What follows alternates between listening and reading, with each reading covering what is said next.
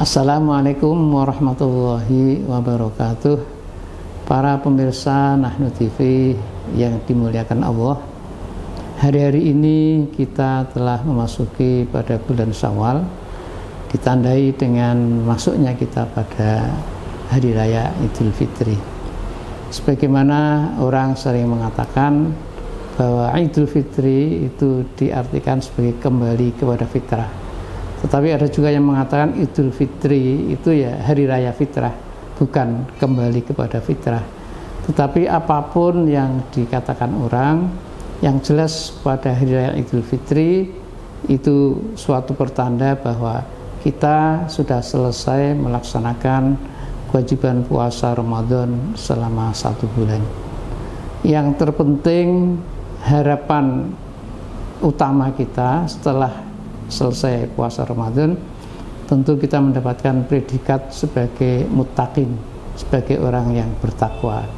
Dan rasa takwa kita yang kita hasilkan selama sebulan puasa ini harus kita jaga, harus kita jadikan modal untuk menuju kepada puasa lagi yang akan datang. Jangan sampai ketakwaan yang kita pupuk selama sebulan ini kemudian baru beberapa minggu, beberapa bulan setelah Ramadan menipis lagi, bahkan hilang lagi.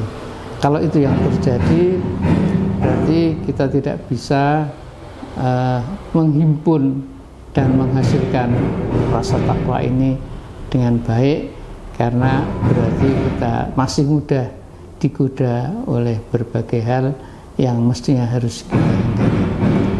Para pemirsa Nahnu TV sekalian, momentum Idul Fitri juga menjadi momentum yang sangat mengharukan karena kita bisa bersilaturahim, berkumpul dengan keluarga kita dan handai tolan.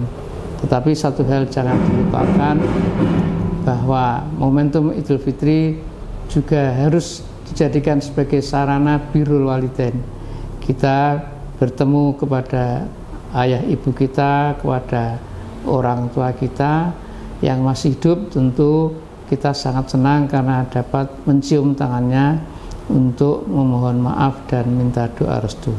Tetapi bagi kita yang sudah ditinggalkan oleh ayah dan ibu, orang tua kita, jangan lupa pula doakan mereka dan ziarahi makam mereka, agar mereka juga ikut merasakan kebahagiaan yang kita rasakan.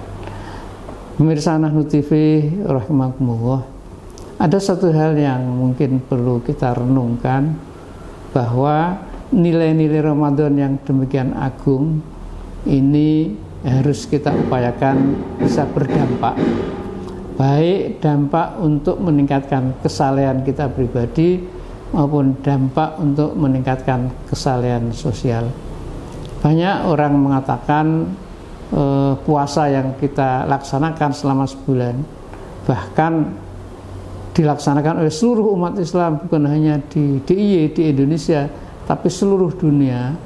Ada yang mengkritisi dampak sosialnya kurang dirasakan. Masih saja banyak orang Islam yang miskin, masih saja banyak orang Islam yang tertindas. Bahkan saudara-saudara kita di Palestina masih terus di bawah ancaman dan genosida yang dilakukan oleh Israel dengan didukung oleh Amerika. Ini suatu hal yang tentu sangat memprihatinkan.